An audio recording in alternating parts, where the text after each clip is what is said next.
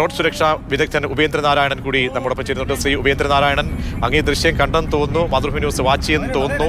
എത്രത്തോളം ഗൗരവമേറിയതാണ് ഈ സംഭവം? ഞാനിത് കേട്ടപ്പോഴും കണ്ടപ്പോഴും ഇപ്പൊ കണ്ടുകൊണ്ടിരിക്കുകയാണ്. അയ്യോ എന്നാണ് എനിക്ക് പറയാൻ തോന്നുന്നത്. കാരണം നമ്മളുടെ ആൾക്കാർ ഇത്രത്തോളം സൂയിസൈഡൽ ആത്മഹത്യാപരമായിട്ടുള്ള യാത്രയാണോ ചെയ്യുന്നത്? ഒരു പിഞ്ചു കുഞ്ഞിനെ ഇരുത്തി ഒരു ബൈക്ക്, കൂടാതെ ആ ബൈക്കിന്റെ വെയിറ്റ്, ആ പിന്നിലിരിക്കുന്ന അച്ഛനാണോ അങ്കിളാണോ എന്നറിയില്ല, അദ്ദേഹത്തിനും കാണും ഒരു 10-70 കിലോഗ്രാം വെയിറ്റ്.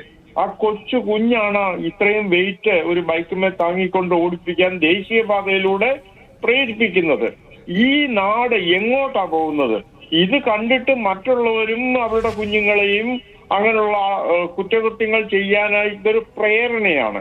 ഇത് തടയാനുള്ള ശ്രമങ്ങളാണ് നമ്മൾ നടത്തേണ്ടത്. കുറ്റകൃത്യം ചെയ്തതിന് ശേഷമുള്ള ശിക്ഷാ നടപടികൾക്ക് പകരം ഇത് തടയാനുള്ള മാർഗങ്ങൾ അടിയന്തരമായിട്ട് സർക്കാർ ചെയ്യണം. ഇതൊരു ദേശീയപാതയാണ്. ഇത് തെറ്റായ സൈഡിൽ കൂടെയാണ് ആ ബൈക്ക് പോകുന്നത്. ഹെൽമെറ്റോ അങ്ങനെയുള്ള യാതൊരു സേഫ്റ്റി മാനദണ്ഡങ്ങളും പാലിക്കാതെ കുഞ്ഞിന്റെ കയ്യിൽ ബൈക്ക് കൊടുത്തിട്ട് ഒരാളെ മാത്രമല്ല, ആ കുട്ടിയെയും ആ അച്ഛനെയും മാത്രമല്ല കൊല്ലുന്നത്, മറ്റ് മര്യാദയ്ക്ക് പോകുന്നവരെയും ഈ വാഹനം കൊല്ലാൻ സാധ്യതയുണ്ട്. അതുകൊണ്ട് മറ്റ് യാത്രക്കാർ, ഇപ്പോ എൻഫോഴ്സ്മെന്റ് ഏജൻസികൾ ഇത്തിരി സ്ലോ ആണെങ്കിൽ തന്നെയും മറ്റ് കാർ ഓടിക്കുന്നവരും ബൈക്ക് ഓടിക്കുന്നവരും ദയവ് ചെയ്ത് അവരെ തടഞ്ഞു നിർത്തണം. കാര്യം ഇതൊരു വിപത്താണ്, സാമൂഹ്യ വിപത്തായിട്ട് മാറിക്കൊണ്ടിരിക്കുകയാണ്. കേരളത്തിൽ എത്രത്തോളം ചെറുപ്പക്കാരാണ് അനുദിനം മരിച്ചുകൊണ്ടിരിക്കുന്നത്.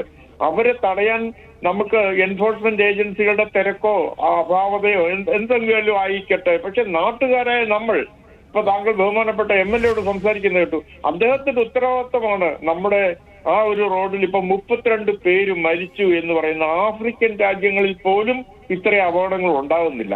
ഒന്നാമത് ഇന്ത്യ എന്ന് പറയുന്ന രാജ്യം 1,78,000 പേരുടെ മരണം കൊണ്ട് ഏറ്റവും ഒന്നാം സ്ഥാനത്താണ്. അതേപോലെ കേരളവും. ഇതൊക്കെ നമുക്ക് തടയാൻ പറ്റിയ പിന്നെ നമ്മൾ എന്ത് പൗരബോധമുള്ള ആൾക്കാരാണെന്നാണ്. അയ്യോ എന്നേ എനിക്ക് പറയാൻ പറ്റുള്ളൂ. കാര്യം ഒരു കൊച്ചു കുഞ്ഞിനെ ബൈക്ക് ഏൽപ്പിക്കാനും എന്നിട്ട് അതിന്റെ പുറകിൽ കയറി യാത്ര ചെയ്യാനും ഒരു യുവാവിന് മനസ്സ് വന്നിട്ടുണ്ടെങ്കിൽ അയാൾ എന്ത് മനുഷ്യനാണ്? അതിലൊരു മൃഗമായിട്ടേ എനിക്ക് കാണാൻ പറ്റുള്ളൂ. കാരണം ഇതൊരു ചെറിയ കുറ്റമല്ല. ഒന്നാമത് നമ്മുടെ നിയമങ്ങൾക്ക് പരിധിയുണ്ട്.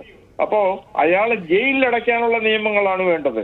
ഒരു ബൈക്ക് എടുത്തുകൊണ്ട് കുട്ടിയും കയറ്റിയിരുത്തി ഓടിച്ചുകൊണ്ട് ദേശീയപാതയിലൂടെ ഓടിച്ചു പോവാണ്. പിന്നിലൂടെ വരുന്ന ട്രക്കിന്റെ മുമ്പിലേക്കാണ് ഇത് പോകുന്നതെങ്കിൽ അപ്പൊ തന്നെ അത് തേഞ്ഞറിഞ്ഞു പോകും. കൂടാതെ മറ്റാൾക്കാർക്കും ഇതൊരു അപകടം ആകില്ലേ? ഇത് മറ്റ് കുട്ടികൾക്ക് പ്രേരണയാകില്ലേ? ഇതൊക്കെ പഠിപ്പിക്കാൻ വിദ്യാലയങ്ങളിൽ തന്നെ റോഡ് സേഫ്റ്റി പഠിപ്പിക്കണം. MLA പോലെയുള്ള പൊതുജന റെപ്രസെന്റേറ്റീവ്സ് അവരുടെ വാർഡില്, അവരുടെ നിയോജക മണ്ഡലത്തിൽ റോഡ് സുരക്ഷയെ പറ്റി ബോധവൽക്കരണം നടത്തണം. പിന്നെ നമ്മുടെ എൻഫോഴ്സ്മെന്റ് ഏജൻസികളുടെ ഇപ്പം ട്രാഫിക് എൻഫോഴ്സ്മെന്റ് ചെയ്യാൻ റോഡിലെങ്ങും ആരെയും കാണാനില്ല. ഇപ്പൊ ഞങ്ങളുടെ നാട്ടിലാണ് ഈ ഒരു കുറുവ സംഘം വന്നുകൂടി പോലീസ് രാത്രിയും പകലും അവരുടെ പുറകിലാണ്. അപ്പൊ നമുക്ക് യുവാക്കളുടെ സംഘടനകൾ, എത്രയോ സംഘടനകളുണ്ട്, അവരൊന്നടങ്ക് ഇറങ്ങി റോഡിൽ ഇത്തരം കുറ്റകൃത്യം ചെയ്യുന്നവനെ കയ്യോടെ പിടിച്ച് പോലീസിനെ. വളരെയധികം നന്ദി ശ്രീ ഉപേന്ദ്രനാരായണൻ.